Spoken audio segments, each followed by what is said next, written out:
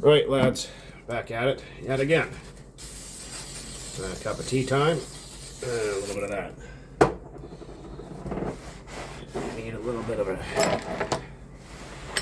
cleaner working spot. Everyone keeps asking about this mat that I use. It's an A2 cutting mat, self-healing. You can buy them pretty much anywhere, like sewing shops and stuff. They're like about 20 bucks. So that's where it came from. And am I going to get another one? Yes. So if you have an A1, it's larger than an A2. So like A0 is freaking huge. But anyhow, let's get on to the next, shall we? Right.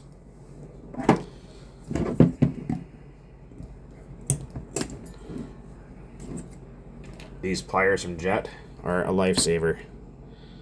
That's the part number. Lifetime warranty. I gotta grab another set soon. If you guys do chainsaw fuel lines and shit a lot, or weed whacker repairs, these for reaching inside fuel tanks is a lifesaver. You gotta have a set. They are just the tits out of 10.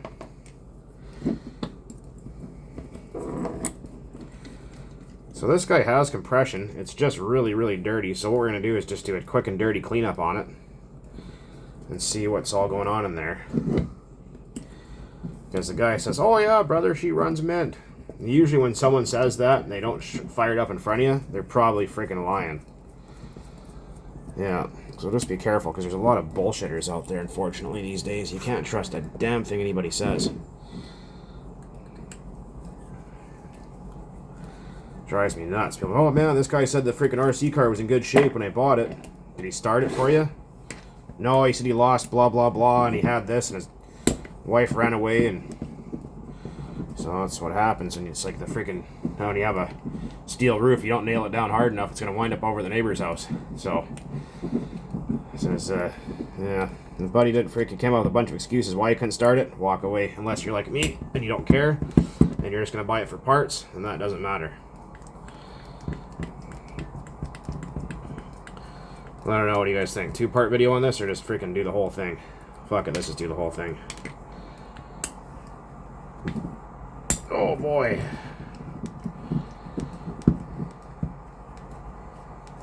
You ever tight? It's not always a bad thing. First time tight, second time alright. This is a 28 HPI F 4.6. 0.28 cubes or 4.6 cc. These are great running engines. They make lots of power. It really sucks they don't make them anymore.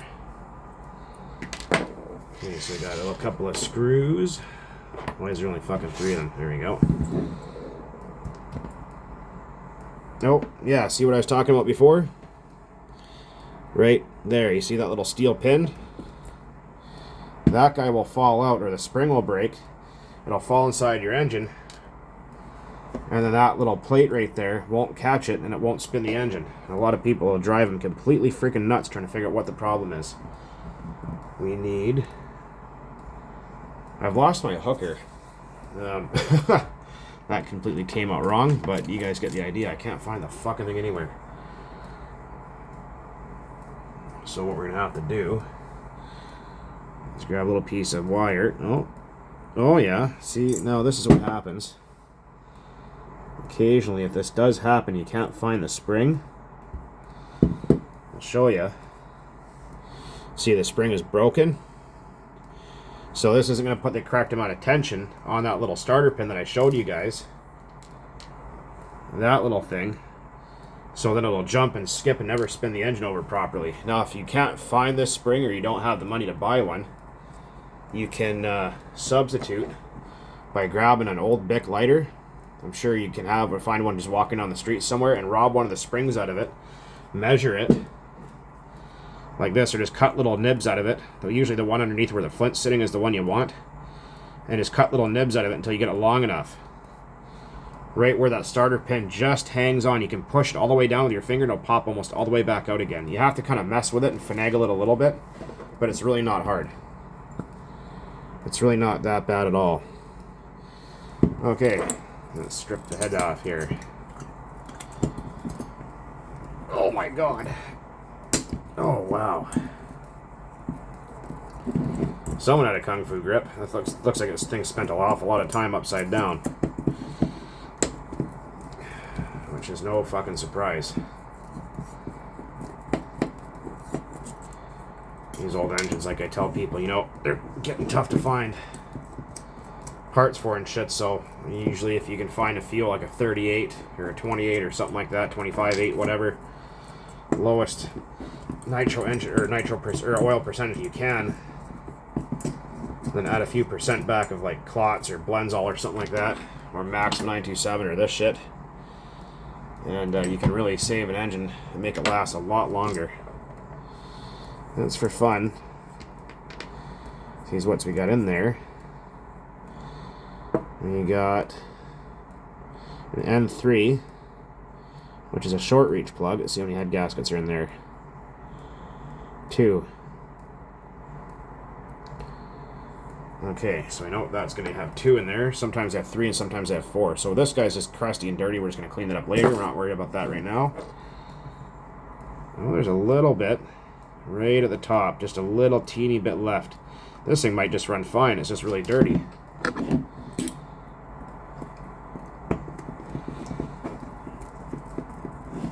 Where are we in frame here? I keep moving around a lot. Sorry about that. My tripod's only about 5 inches tall, which is all I got for the time being. And Mrs. 404 was grateful enough to give that to me or lend it to me, whichever one, until I got my my new one. So thank you again, sweetheart. I appreciate it.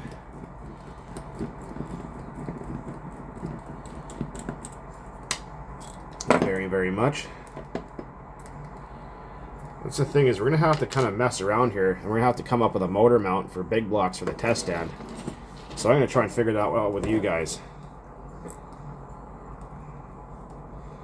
It feels alright. I don't know. Let's get that carb off there and have a look inside that crank there. I can already see orange silicone, which is not a good sign. That's when old Uncle Ned goes, I know what I'm doing. No, you fucking don't. Use the correct O-rings. Don't use orange silicone on shit. That stuff can also be abrasive when it gets inside your engine. Crank looks alright. Alright, let's get some... let's try to find something to get in there. Maybe a chunk of popsicle stick. I'll be right back in a minute here. Found one zip tie.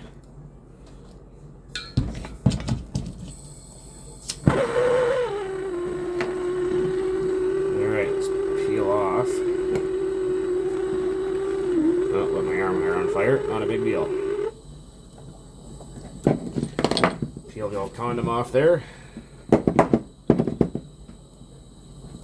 I get drunk at a windstorm, can't hold itself up for fucking nothing.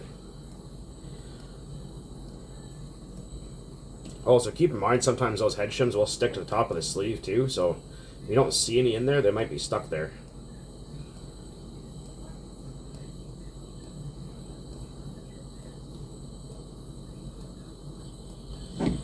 Just going to throw a little bit of heat on there. Get that piston sleeve out. We'll just clean this thing up a little bit better than it already is, and try to find some carbo rings for it and slam her back together with a new spring. That starter pin.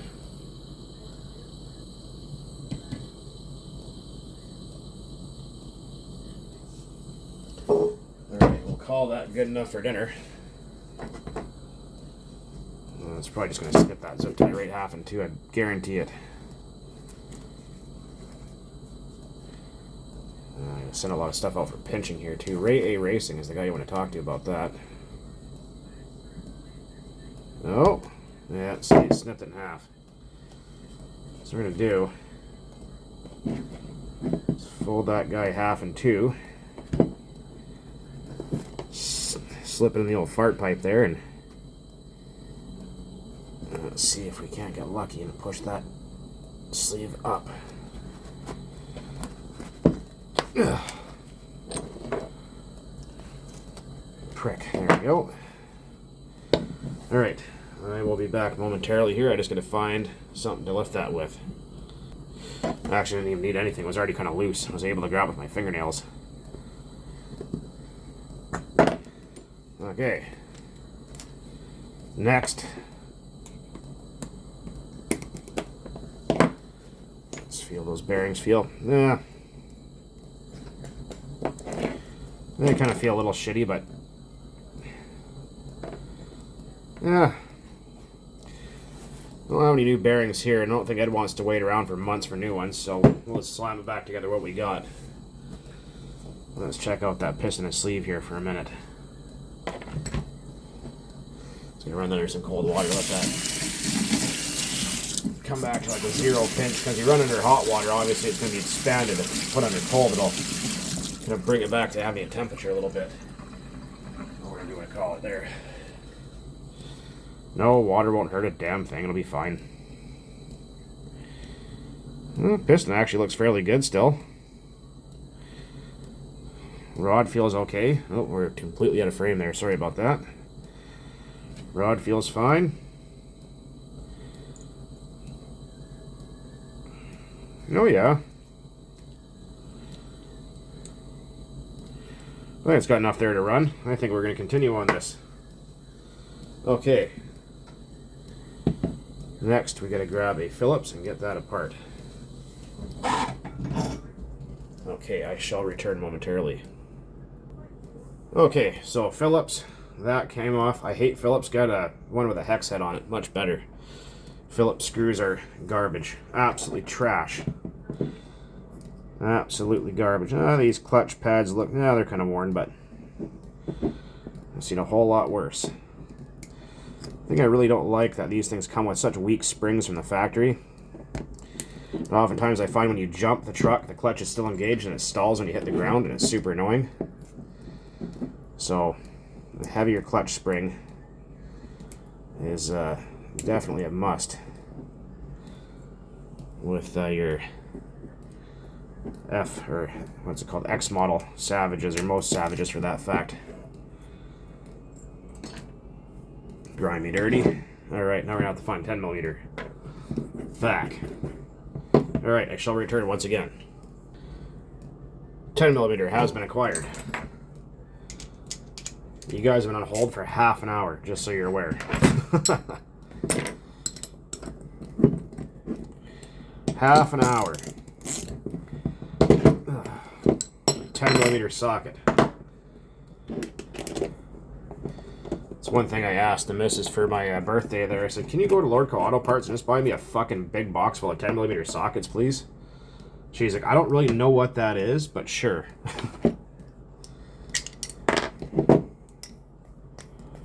Yeah.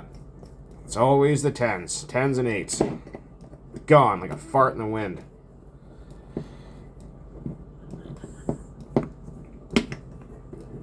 A lot of people go, oh man, you need expensive tools to work on these things. No, you don't. No, you didn't.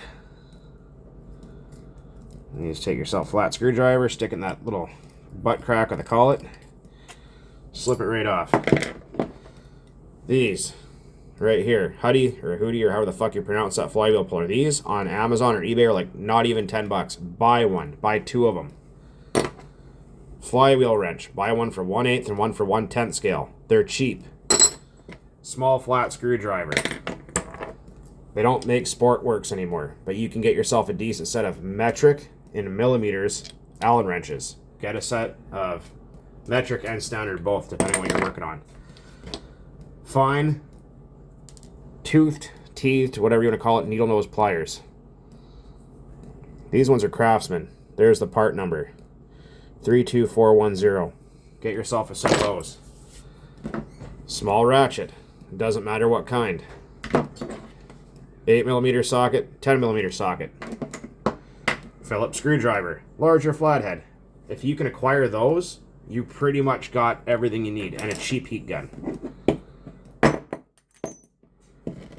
What if you bent the crank? Your wife bent your crank, that's why you're mad. That's disgusting.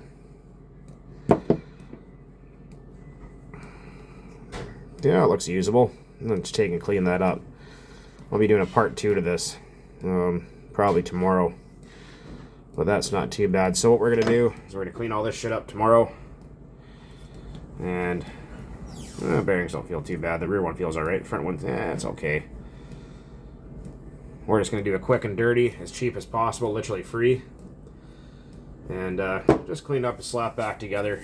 And we're going to try and find a new O-ring for this carb to get rid of this stupid silicone garbage on here. Don't do this. Don't be the guy that does this shit. Look, there's an O-ring there for a reason. It's not even damaged. You know what I mean? Well, it is now that I broke it, but you get the idea, right? Like, there's an O-ring there or a gasket for a reason. You don't need to put this shit on everything. It's not fucking Frank's Red Hot Sauce. Alright, well anyways, there's 3 engines down and a whole whack load of shitty old parts. And a pineapple. All my shit right there. Anyways, guys, always thanks for watching. And keep on burning nitro out there. Like I said, there will be a part 2 to this guy. And we'll try to get this guy to run. And if not, there is a donor block, other parts, and other parts, and other parts. So, stay tuned, guys. Anyways, later. Cheers.